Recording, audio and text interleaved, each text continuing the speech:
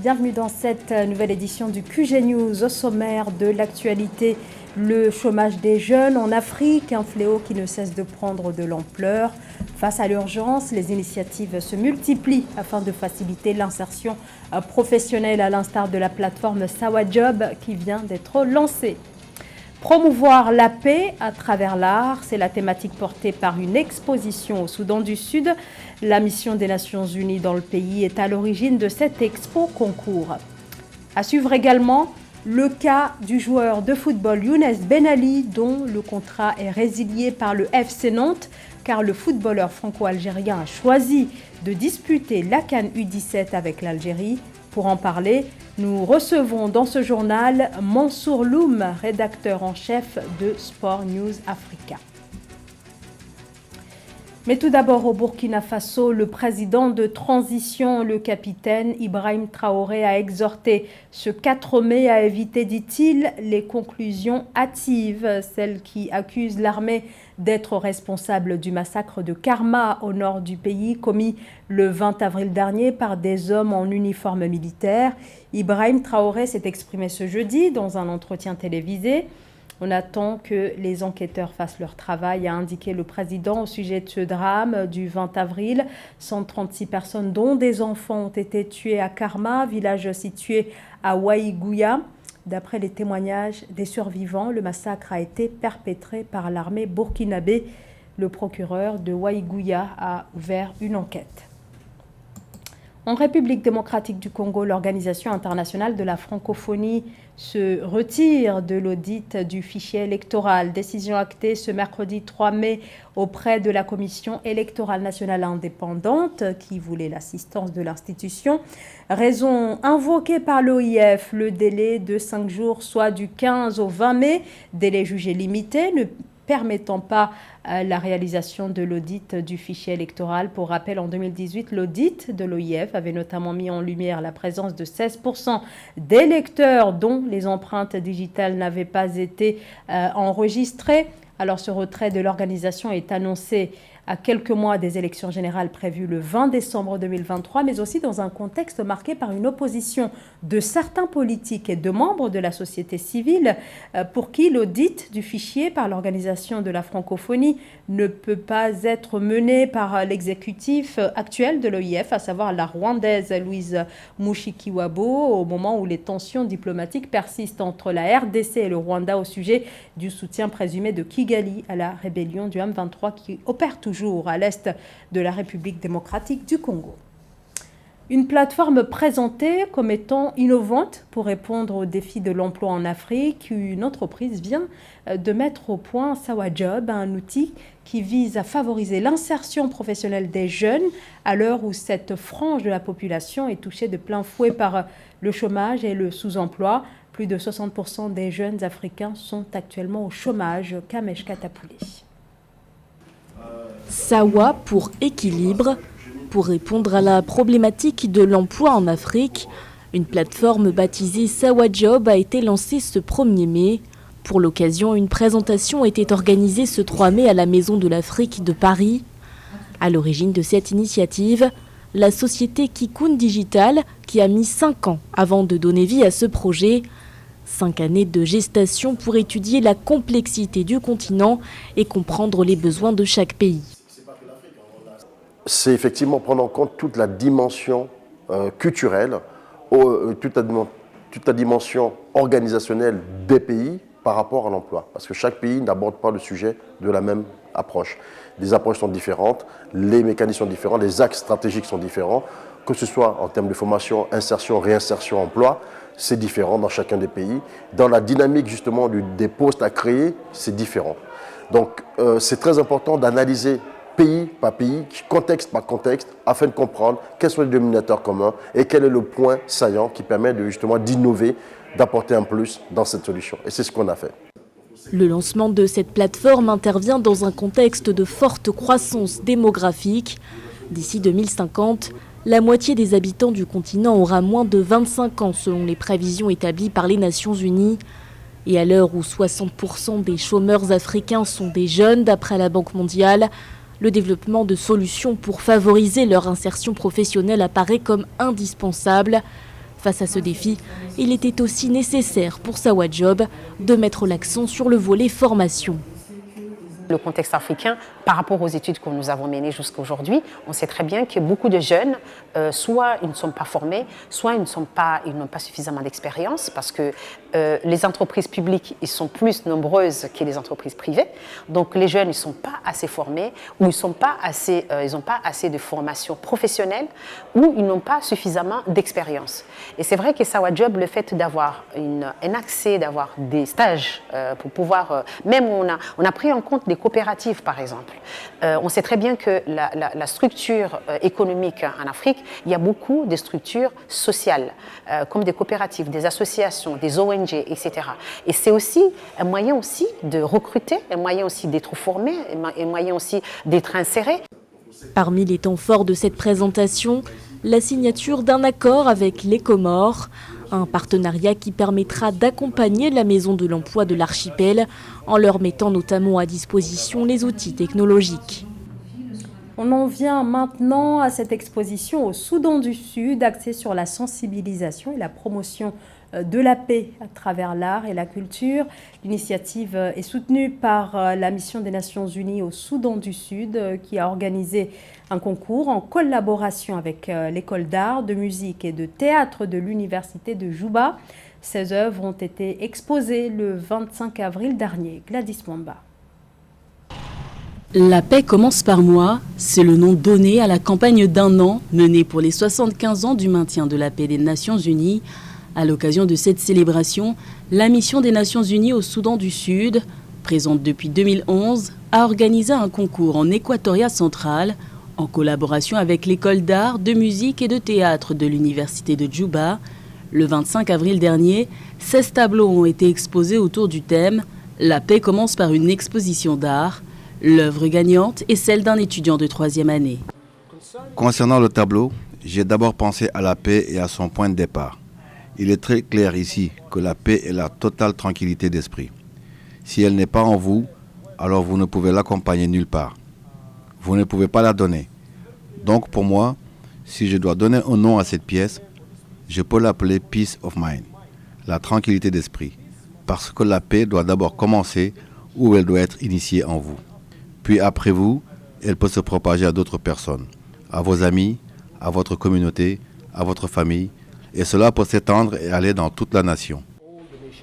Le but de cette initiative, mettre en valeur les talents créatifs de ces jeunes citoyens, artisans de paix d'aujourd'hui et de demain, dans ce pays dévasté de 2013 à 2020 par une guerre civile sanglante, alors que le Soudan du Sud est en pleine période de transition politique et en quête de stabilité, les initiateurs de ce projet ont voulu montrer comment l'art peut être utilisé comme un puissant outil de consolidation de la paix. Nous croyons fermement au pouvoir de l'art de faire le bien. Nous croyons fermement que l'art peut jouer un rôle important dans la construction d'un Soudan du Sud pacifique, prospère et protégé. L'art est un moyen puissant pour communiquer notre vision de l'avenir du Soudan du Sud. À la MINUS, nous croyons que la paix que nous désirons doit d'abord commencer en nous, en chacun de nous. En fait, je ne crois pas que vous puissiez donner à quelqu'un quelque chose que vous n'avez pas. 3 œuvres, considérées comme étant les meilleures, ont été primées. Elles seront exposées à New York dans le bureau du sous-secrétaire général aux opérations de paix des Nations Unies, Jean-Pierre Lacroix. Ce dernier échangera également avec les étudiants ayant reçu leur certificat de reconnaissance sur le rôle des arts dans la défense d'une paix durable. Le FC Nantes résilie le contrat de Younes Benali en cause. Le milieu de terrain a choisi de disputer la Coupe d'Afrique des Nations de football des moins de 17 ans sous les couleurs de l'équipe d'Algérie, compétition qui se trouve en dehors du calendrier de la FIFA. Devant la presse ce lundi, le joueur âgé de 16 ans s'est exprimé et a expliqué son choix. « J'ai décidé d'aller en Algérie, je n'ai pas été irrespectueux, j'ai fait le choix de représenter mon pays et il faut le respecter ». Les mots de Younes Benali. Pour en parler avec moi sur ce plateau, Mansour Loum, rédacteur en chef de Sport News Africa. Bonjour. Bonjour Lara. Bonjour. Alors, est-ce que finalement le cas de Younes Benali n'illustre pas le dilemme auquel de plus en plus de joueurs binationaux sont confrontés ces dernières années?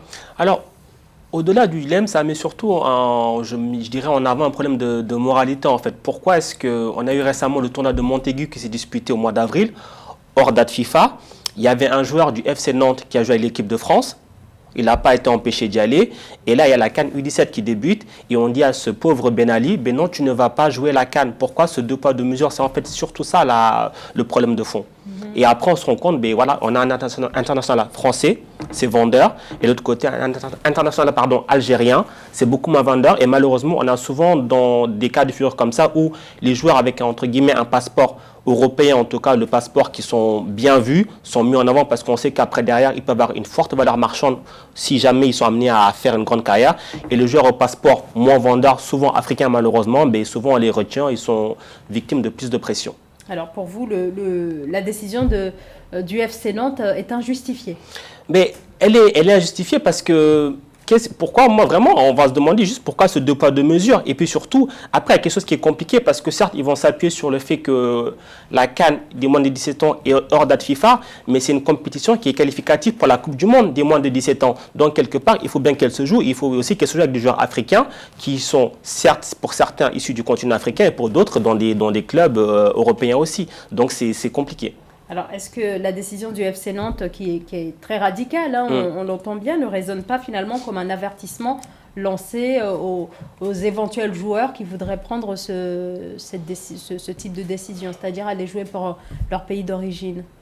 Après, c'est compliqué parce que qu'est-ce que ça voudrait dire? Vous pouvez jouer pour des équipes nationales françaises, mais si c'est africain, non. Ce serait de la ségrégation, c'est inadmissible. Je veux dire, à notre époque, on ne peut pas entendre un tel discours.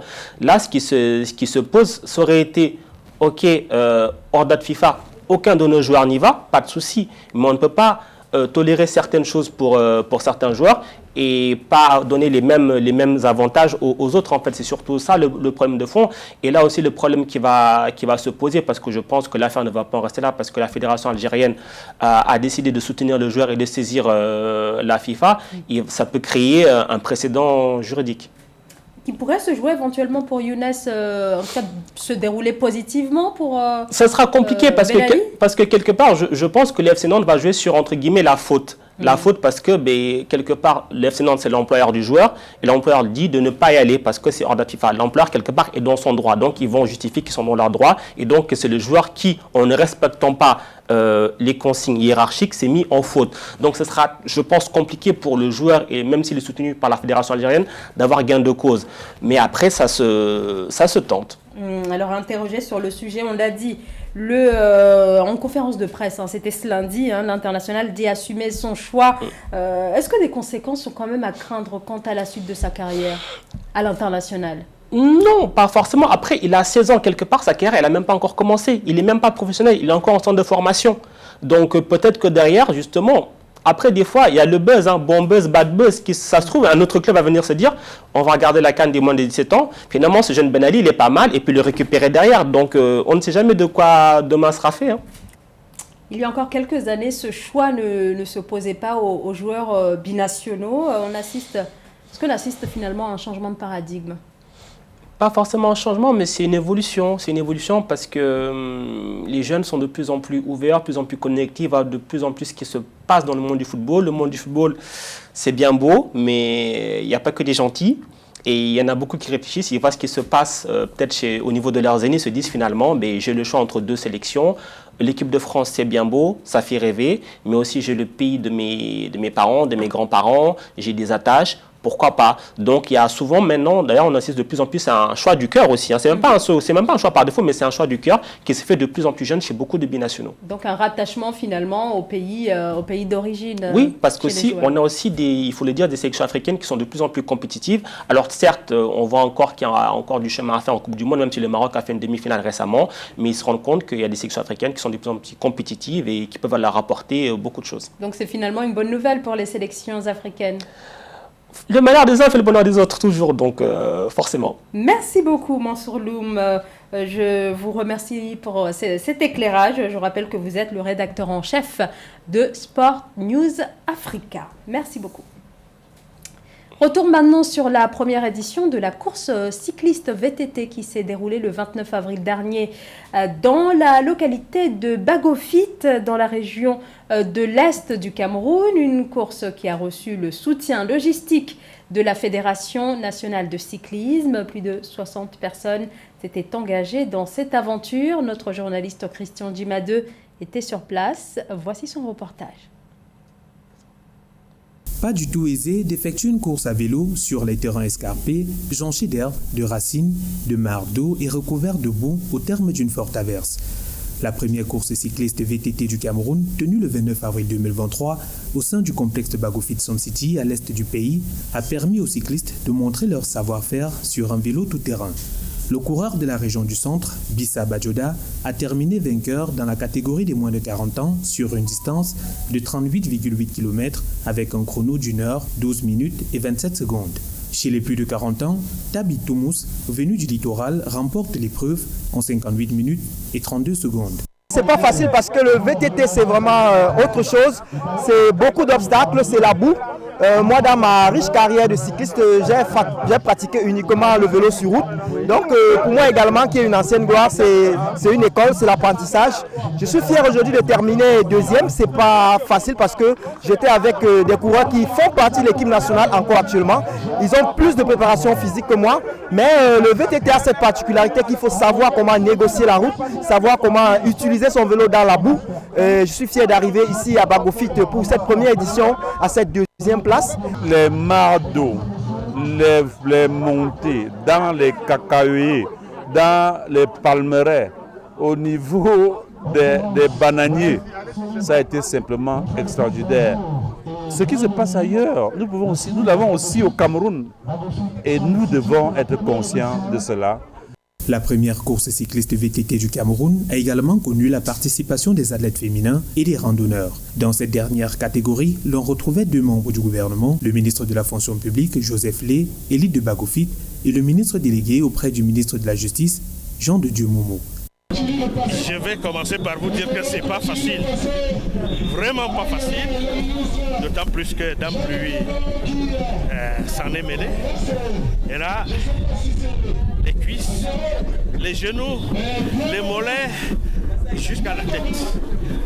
Toutes les parties du corps ont souffert. Mais on dit souvent qu'au bout de l'effort, il y a la victoire. Nous sommes arrivés. Nous voulons donc dire vraiment merci.